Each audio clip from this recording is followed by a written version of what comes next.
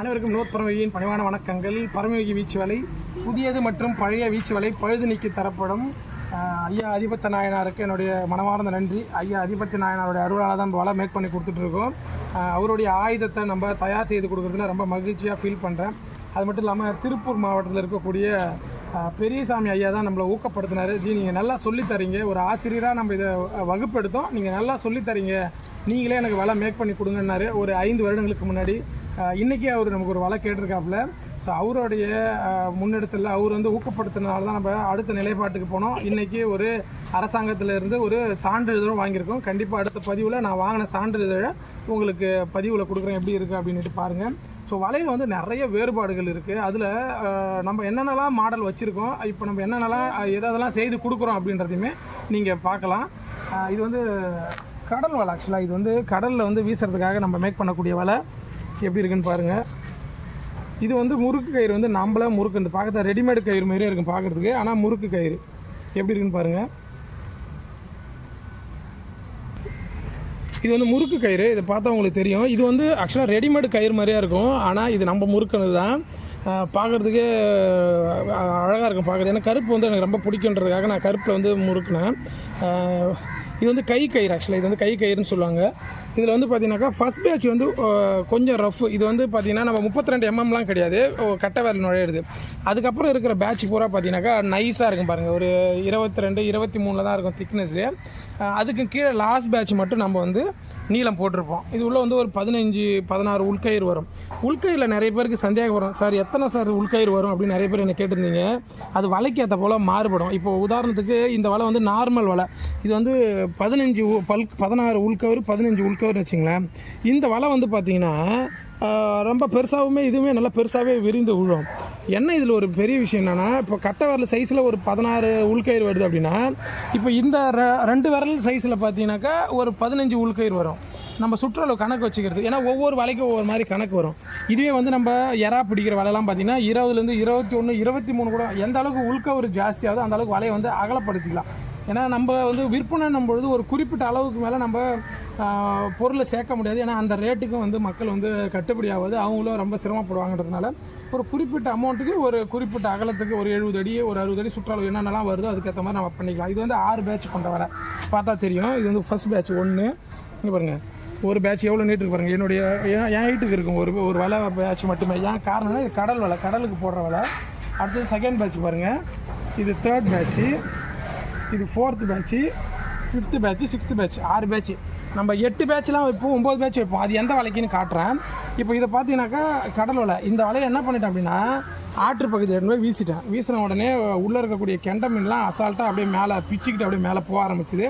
அதுக்காக என்ன பண்ணிட்டோம், இந்த வலையை எடுத்துகிட்டு இது எங்கள் அக்கா வீட்டில் தான் இருக்கும். எப்பயுமே நம்ம ரெகுலராக எங்கள் அக்கா வீட்டுக்கு வரும்பொழுது ஆற்று பகுதியில் வீசுறதுக்காக இந்த வலையை அக்கா வீட்டிலே வச்சாச்சு. இந்த வலையை சரி நான் எடுத்துகிட்டு வந்த வலையை காட்டுறேன் பாருங்கள். இந்த வலை நம்ம கை வலை. இது ஆக்சுவலாக இதெல்லாம் நம்ம வீட்டில் வச்சுருப்போம் கை வலை. இதுக்கு கயிறுலாம் எவ்வளோ பெருசு வச்சுருக்கேன் பாருங்கள்.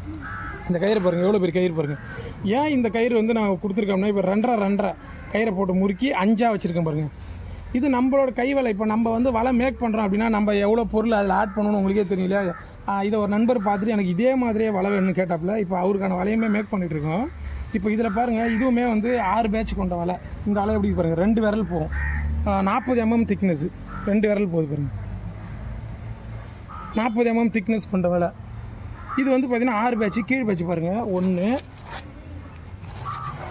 இது 2வது பேட்ச்சு, இது 3வது பேட்ச்சு, இது 4வது பேட்ச்சு, 5 6வது பேட்சா.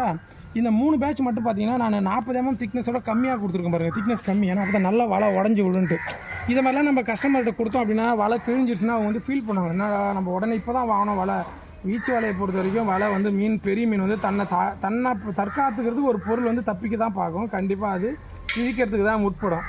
ஸோ நம்ம வலை செய்கிற ஆளுன்றதுனால நம்ம உடனே தச்சிக்கலாம். இப்போ அவங்களால தைக்க முடியாதுன்றதுனால நம்ம என்ன சொல்லிட்டோம்னா, ஒரு வருஷத்துக்கு நீங்கள் ஒரு வலை பயன்படுத்துறீங்க அப்படின்னா நீங்கள் அதே தச்சிங்க. சும்மா துணியால், அதாவது நூலால் நீங்கள் துணி தைக்கிற மாதிரி தச்சிக்கங்க. அதுக்கப்புறம் நம்ம பேட்ச் போட்டுக்கலாம். அப்படியே பேட்சை தூக்கிட்டு அப்படியே ஒரு பேட்ச் போட்டுக்கலாம் அப்படின்னு சொல்லியிருக்கேன். இந்த கயிறுலாம் நம்ம பார்த்திங்கன்னா 1.25 போட்டு முறுக்கி 2.5 போட்டோம் இந்த கயிறு. சிலவங்க என்னென்னா இந்த கயிறால் என்ன பண்ணுதுன்னா வலை உடஞ்சாலும் மீன் வெளியே போகுது, ஏன்னா ஃபுல்லாக ரிங்கு கிட்ட வர மாட்டேது. அதனால் இப்போ கயிறு என்ன போடுறோம் பாருங்களா, 1 போட்டு 2 முறிக்கிறோம் பாருங்கள். இது பார்த்திங்கன்னா கொஞ்சம் திக்னஸ் கம்மியாக இருக்கும். இப்போ கயிறு முறுக்கு தான் நம்ம வந்தது. இப்போ இதோட டிஃப்ரென்ஸை நான் உங்களுக்கு காட்டுறேன் எப்படி இருக்குன்ட்டு.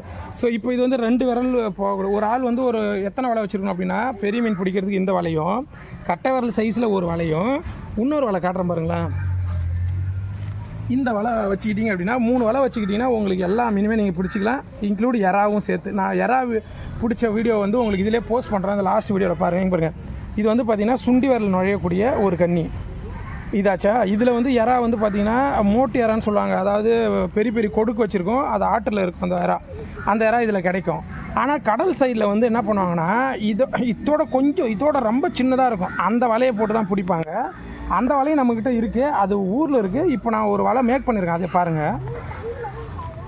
இங்கே பாருங்கள், இப்போ மேக் பண்ணுறது இதை பார்த்திங்கன்னா சுண்டி விரலே நுழையாது. இதில் என்ன ஆகுனா, இது நம்ம தண்ணி வரும்போது இந்த வலையை வீசணும் அப்படின்னா இதில் ரெடி பண்ணி சின்ன அந்த குள்ளக்கண்டையிலே வந்து சின்னதாக ஒரு ஓரிக்கண்டைன்னு சொல்லுவாங்களே, அந்த மீன் பூரா கிடச்சிரும் இதில். இப்போ ஒரு நண்பர் ஒருத்தர் என்கிட்ட என்ன சொன்னார்னா, எனக்கு வந்து பழைய காலத்து வலையை நான் இங்கே வந்து எனக்கு இந்த மாதிரி கன்னி சைஸில் போட்டு கொடுங்கன்னு சொல்லியிருக்காரு. அதையும் நான் இப்போ மேக் பண்ணிகிட்ருக்கேன். ஏன்னா ஊருக்கு வந்த கேப்லேயுமே அந்த வலையை எடுத்துகிட்டு வந்து இப்போ நான் மேக் பண்ணுறேன். பாருங்கள், அந்த வலையோடைய மேல் பேட்சை பாருங்கள். இந்த வலை தான் அது. பழைய காலத்தில் கையாலே பின்ன வலை. இது பூரா பார்த்தா தெரியும், நான் ஒரு வீடியோவில் சொல்லியிருப்பேன். இது கையாலே பின்ன வலை, ஃபுல்லாகவே கையால் பின்னிப்பாங்க. இது நீங்கள் சொன்ன மாதிரி இப்போ காட்டணும் பார்த்தீங்களா, சுண்டி விரல் போகிற வலை. இதுலேயுமே எறா கிடைக்கும், ஆனால் இதோட சின்னது போடுவாங்க. அதுதான் இப்போ நான் உங்களுக்கு காட்டினா அந்த ரெட் கலர். இப்போ இந்த வலையை நான் பேட்ச் எடுத்துகிட்டு இப்போ அந்த ரெட் கலரை வந்து அதில் நான் ஃபில் பண்ணிட்டு வரேன். 2 பேட்ச் கம்ப்ளீட் ஆகிடுச்சு. ஃபுல் பேட்சும் கம்ப்ளீட் ஆனதுக்கப்புறம் அவங்களுக்கு பதிவில் கொடுக்குறேன் எப்படி இருக்குன்னு பாருங்கள். அப்போ என்ன அப்படின்னா, நீங்கள் கம்பல்சரி ஒரு 3 வலை வச்சுக்கிட்டோம் அப்படின்னா நமக்கு வந்து எல்லா மீன்களும் பிடிக்கலாம், நம்மளுடைய வீட்டு தேவைக்கு பயன்படுத்திக்கலாம், வருமானத்துக்கும் நீங்கள் வந்து அதை பயன்படுத்திக்கலாம். இப்போ வந்து இது வந்து 3 மெத்தட் சொல்லியிருப்பேன். ஒன்று கட்டை விரல் சைஸு, 2 விரல் போகிற சைஸு, அதோட வந்துட்டு இந்த வலை பார்த்தீங்கன்னாக்கா சுண்டி விரல் வந்து மட்டும் நுழையக்கூடிய சைஸு. இதுக்கப்புறம் ஒரு வலை தான் சுண்டி விரலே நுழையாத வலை. அப்போ 1 2 3 4 வலை நீங்கள் வச்சுக்கிட்டீங்க அப்படின்னா நீங்கள் எல்லா மீனுமே பிடிக்கலாம், விற்பனைக்கும் கொடுத்துக்கலாம். இப்போ கயிறுக்கு வந்துடும். கயிறில் என்னென்னலாம் மாடல் கயிறு இருக்குது அப்படின்றதையும் பார்த்துக்குங்க. இங்கே வாங்க, கயிறோட மாடல் பாருங்கள். இது வந்து எறா வலைக்காக நம்ம போடலாம், சுத்து கயிறு கீழ் கயிறும் போடலாம். ஆனால் நம்ம இதை வந்து போடுறதில்ல. ஏன்னா ரெடிமேடாக இப்போ வந்து ரெடிமேடு கயிறு நம்ம யூஸ் பண்ணுறதுனால சேல்ஸுன்னு போகும்போது நம்ம ரெடிமேட் கயிறு போடுறோம். நிறைய பேர் கேட்பாங்க, எனக்கு இந்த கயிறு போட்டு கொடுங்கன்னு சொல்லும்போது இது நம்ம போட்டு கொடுப்போம். இது டிஃப்ரென்ஸாக போடும்போது இது கொஞ்சம் பேமெண்ட்டை நம்ம கேட்க வேண்டியதாக இருக்கும். ஏன்னா எல்லாம் அதிகமாக காசு பொருளை ஆட் பண்ண காசு ஜாஸ்தியாகனா இது எல்லாமே வேலை தான். ஏன்னா இன்றைக்கி பூரா ஆள் இல்லாமல் நான் லோல் போடுறேன் கயிறு முறுக்கிறதுக்கு, அவ்வளோ கஷ்டப்பட வேண்டியதாக இருக்கும். இந்த கயிறு பாருங்கள், இப்போ உள்கயிறுக்கு இந்த மாடலாக. இப்போ எறாவுக்குன்னு ஒரு உள்கயிறு இருக்குது பாருங்கள், இதை முறிக்கிறது. இது எல்லாமே நம்ம முறுக்கிறது.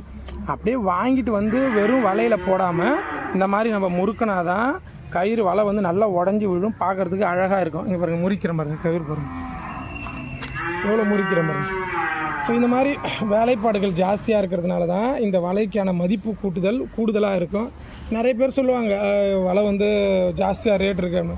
வீச்சு வலைன்றது வந்து பாரம்பரியமான ஒரு வலை, அது வந்து அதிபத்த நாயனாருடைய ஆயுதம்ன்றதுனால அது கொஞ்சம் கூடுதலாக இருக்கும். இந்த வலை இருந்தது அப்படின்னா பசி பட்டினி இல்லாமல் அழகாக வாழலாம்.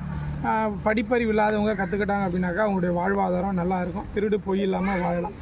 எனக்கு வந்து நான் படிச்சிருந்தாலும் எனக்கு இந்த கற்றுக்கணும் அப்படின்ற ஒரு ஆர்வத்தில் இருந்தேன். அதனால் நிறைய விஷயங்கள் கற்றுக்கிட்டே வந்தேன், சொல்லி கொடுத்தேன். எனக்கு தெரிஞ்சது யாராவது கற்றுக்கிட்டோம் அப்படின்னு சொல்லி கொடுத்தேன். கடைசியில் அதுவாக எனக்கு இன்றைக்கி வாழ்வாதாரமாகி இன்றைக்கி என்னுடைய குழந்தை குட்டிங்க என்னுடைய குடும்பம்லாம் வந்து ரொம்ப மகிழ்ச்சியாக இருக்கும்பொழுது எனக்கு ரொம்ப சந்தோஷமாக இருக்குது. ஏன்னா ஒரு வருமானம் பார்க்குறோம். இன்றைக்கி ஒரு தொழில், என்னடா தொழில் தொடங்குறது அப்படின்ட்டு ஏதோ ஒன்றா செய்துகிட்டே வந்தோம். இன்றைக்கி வீச்சு வலை அப்படின்னும் பொழுது நம்ம ஒரு பேர் அங்கீகாரமாக இருக்குதுன்னு நினைக்கும்போது ஒரு மகிழ்ச்சி தான். அதுக்கு எனக்கு ஒரு பழக்கம் என்னென்னா, நம்ம எது படித்தாலும் ஒரு சர்டிஃபிகேட் வாங்கினா தானே அது வேல்யூபுளாக இருக்கும். அதே மாதிரி இதை நான் கற்றுக்கிட்டேன், இதை செய்ய ஆரம்பித்தேன். 5 வருடங்கள் அப்புறம் ஒரு சர்டிஃபிகேட் வாங்கின கவர்மெண்ட்லேருந்து நம்மளும் ஒரு கைத்தொழில் செய்கிறோம் அப்படின்ற ஒரு சந்தோஷம். இனி வரும் காலங்களில் என்னுடைய குழந்தைகளுக்கெல்லாம் இதை சொல்லி கொடுத்துட்டு வந்துட்டுருக்கேன்.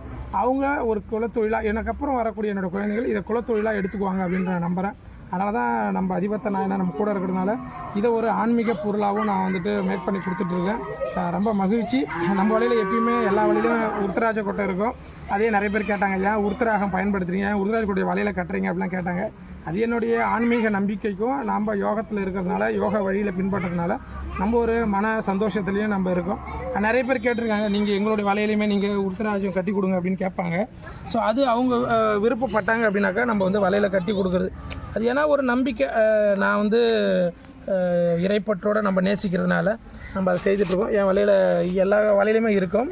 அது இறைப்பற்று அதிபத்த நாயனார் எந்த அளவுக்கு வந்து சிவனை வந்து வழிபட்டார், எந்த அளவுக்கு நேசித்தார் அப்படின்றதுக்கு ஒரு உதாரணமாக இருக்கும். நம்ம அதே போல் அவரை வழிபடுறோம், அவருடைய ஆயுதத்தை வழிபடும் போது கண்டிப்பாக நம்ம சிவனை அடையலாம் அப்படின்ற ஒரு எண்ணத்தோடையும் பயணம் பண்ணிகிட்ருக்கோம். அதனாலே நமக்கு அருள் புரிஞ்சிட்டே இருக்காப்புல. நம்மளும் நிறைய பயணங்கள் போயிட்டு வரோம். சமீபத்தில் வெள்ளையங்கிரி போயிட்டு வந்தால் ரொம்ப மகிழ்ச்சியாக ஃபீல் பண்ணேன். என்னை சார்ந்தவர்கள் எல்லாருமே கேட்டாங்க, நீங்களும் பயணம் பண்ணணும்னு நினச்சிங்கன்னா பயணம் பண்ணிவிட்டு வாங்க. உடல் ஆரோக்கியமாக இருந்தது அப்படின்னா நீங்கள் பல மலை ஏறி வரலாம். பாருங்கள் எப்படி இருக்கு பாருங்கள் கயிறுலாம். அதிகமாக இதோட சின்னது போட்டாலும் நல்லது தான், நல்லா உடஞ்சி விழுவோம். புரியும் நினைக்கிறேன். சந்தேகம் இருந்தால் தொடர்பு கொள்ளுங்க. நிறைய பேர் கேட்டிருந்தீங்க. ஸோ இது மாதிரி ஒரு 4 வலைகள் நீங்கள் ஃபேமிலியில் வச்சுருங்க கம்பல்சரி. அப்படி வச்சுட்டு இருந்தீங்க அப்படின்னா, மீன் பிடிக்கிறவங்க வச்சுட்டு இருந்தீங்க அப்படின்னா உங்களுக்கு எல்லா மீன்களையும் பிடிச்சி விற்பனை பண்ணலாம். நீங்கள் ஓரளவுக்கு சம்பாதிக்கலாம், நல்லாவே காசு பார்க்கலாம்.